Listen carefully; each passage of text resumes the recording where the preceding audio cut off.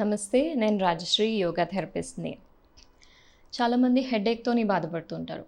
Headache చాలా రకాలుగా వస్తుంది. ఒక్కొక్కసారి మొత్తం తలంతా కూడా నొప్పేస్తుంది. ఒకసారి ఉత్తి వెనకాతల నొప్పేస్తుంది. లేకపోతే ఉత్తి ఈ ప్లేస్‌లో నొప్పేస్తుంది.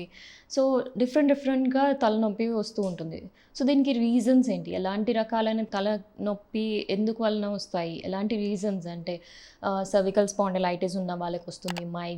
మైగ్రేన్ ఉన్నా, లేకపోతే సైనస్ ప్రాబ్లమ్ ఉన్నా, ఫుడ్ అలర్జీస్‌తోని కూడా హెడేక్ వస్తుంది.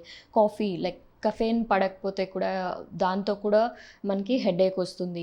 ఇంకా ఎక్కువ చల్లగా ఉంది, దానికి కూడా హెడేక్ వస్తుంది. సరిగ్గా తినట్లేదు, డైజెషన్ ప్రాబ్లమ్ ఉంది, లేకపోతే ఎక్కువసేపు అయింది ఫుడ్ తినక, దాంతో కూడా హెడేక్స్ వస్తాయి.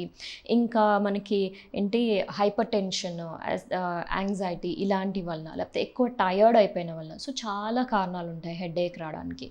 సో మనకి కామన్గా వచ్చే హెడేక్స్ గురించి మాట్లాడుకుందాం ఈ వీడియోలో. సో కామన్గా వచ్చే హెడేక్స్ ఏంటి అంటే మైగ్రేన్, ఇంకా టెన్షన్తోని వచ్చే హెడేక్స్. సో మైగ్రేన్తోని హెడేక్స్ ఎలా వస్తాయి, ఎలా ఉంటుంది అంటే చాలా మటుకు ఒక్క side of the head pain రావడంలో, కొంతమందికి మొత్తం 2 సైడ్స్ పెయిన్ రావడం అలాగా అవుతుంది మైగ్రేన్తోని. ఇంకా మైగ్రేన్ హెడేక్స్ అనేది ఆడవాళ్ళలో చాలా ఎక్కువ ఉంటుంది సమస్య మగవాళ్ళకంటే. సో ఇది మైగ్రేన్ హెడేక్ ఎందుకు వస్తుంది అంటే ఎక్కువ కొన్నిసార్లు బ్రైట్ లైట్ చూస్తే కూడా, లేకపోతే ఎక్కువ లౌడ్ నాయిస్ వినడం వలన, లేకపోతే స్ట్రాంగ్ స్మెల్స్, ఏదైనా పడని స్మెల్స్, దాని వలన కూడా ఈ మైగ్రేన్ హెడేక్ వస్తుంది. ఇంకా మనకి కొన్ని ఫుడ్ ఎలర్జీస్తోని కూడా మైగ్రేన్ హెడేక్ వస్తుంది. మీల్స్ స్కిప్ చేస్తే, సరిగ్గా టైంకి తినకపోతే కనుక, కొన్ని మెడికేషన్స్ పడకపోతే, వాటితోని కూడా ఇది మైగ్రేన్ హెడేక్ వస్తుంది.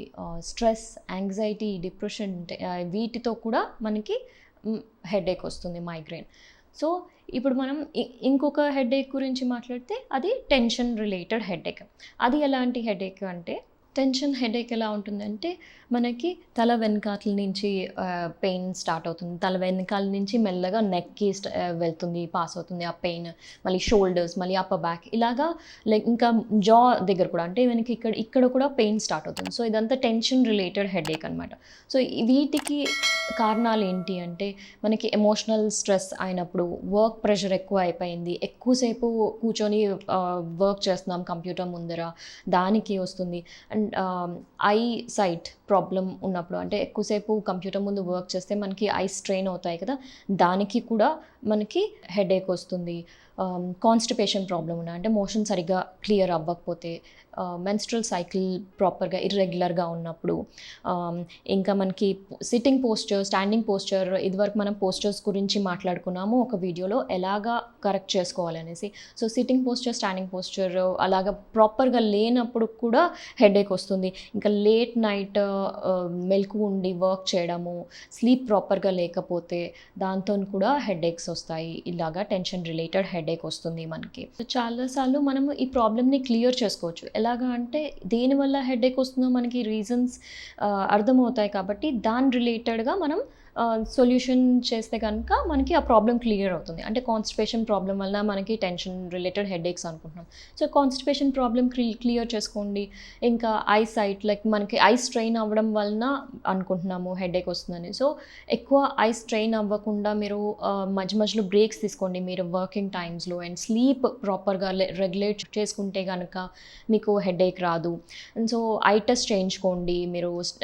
సైట్ ఏమైనా పెరిగి ఉండొచ్చేమో, దాంతోని మీకు హెడేక్ వస్తుంది అనేసి. సో మనకి ఏదైతే రిలేటెడ్ ప్రాబ్లమ్స్ ఉన్నాయో దానివల్ల హెడేక్ వస్తుంది కాబట్టి, మనం ప్రాబ్లమ్ని ఫస్ట్ సాల్వ్ చేసుకుంటే మనకి హెడేక్ అనేది క్లియర్ అవుతుంది కదా. సో అలాగా ఇప్పుడు మనం యోగాలోకి వచ్చేసరికి మనం ఇంకేం చేయొచ్చు, ఇంకెలా హెల్ప్ చేస్తుంది యోగా అంటే ఈ హెడేక్ రిలేటెడ్ ప్రాబ్లమ్స్తోని. మనకి ఇప్పుడు టెన్షన్ హెడేక్ వలన ఏమవుతుంది అనుకున్నా, మనకి జా, నెక్, షోల్డర్, ఇంకా అప్పర్ బ్యాక్ కూడా పెయిన్ పాస్ ఆన్ అవుతుంది అని చెప్పుకుంటున్నాం కదా. సో మనము ఇదివరకు వీడియోస్లో మనము జాయింట్ రొటేషన్స్ ఎలా చేయాలి అంటే సూక్ష్మ వ్యాయామ ఎలా చేయాలి, నెక్, షోల్డర్, అప్పర్ బ్యాక్కి రిలేటెడ్ పెయిన్స్ కానివ్వండి, స్ట్రెచెస్ కానివ్వండి ఎలా చేయాలో అవి మనం ఆల్రెడీ ప్రీవియస్ వీడియోలో మేము చూపించాము. సో ఆ వీడియో మీరు చూడండి, అవి ఫాలో అవ్వండి, అవి మీరు రెగ్యులర్ ప్రాక్టీస్లో ఇంక్లూడ్ చేసుకోండి. ఇది కాకుండా రెగ్యులర్గా మీరు సూర్య నమస్కారాలు చేసుకోండి. ఇది కాకుండా పర్టికులర్గా ఒక 2 ఆసనాస్ మీరు ఇంక్లూడ్ చేసుకోవాల్సింది మీ ప్రాక్టీస్లో ఏంటి అంటే, శశాంకాసన ఇంకా ద్వికోణాసన. సో అగైన్ మనం హెడ్ని కొంచెం ఇన్వర్టెడ్ పొజిషన్లో పెట్టి ఆసనా చేస్తున్నాం. సో ఈజీ అయిన ఇన్వర్టెడ్ పొజిషన్ అయిన ఆసనాస్ మీరు ఇంక్లూడ్ చేసుకోవచ్చు. దానివల్ల అగైన్ మన బ్లడ్ సర్క్యులేషన్ హెడ్ వైపుకి మూవ్ అయ్యి మనకి ప్రాబ్లం అనేది క్లియర్ అవుతుంది. సో మనం శశాంకాసన ఎలా చేస్తాము అంటే, వజ్రాసనంలో వచ్చేసి ఇక్కడి నుంచి స్లోగా బాడీని లిఫ్ట్ చేసి స్లోగా కిందకి తల పెట్టేసేయండి ఇలాగా. అండ్ హ్యాండ్స్ అనేది వెనక్కి మీరు కాలు పట్టుకోవచ్చు, లేదు అంటే ఇలాగ హోల్డ్ చేయొచ్చు ఈ పొజిషన్లో. సో ఈ పొజిషన్లో ఉన్నప్పుడు హెడ్ వైపు ఇలాగ బాడీని టిల్ట్ చేయండి.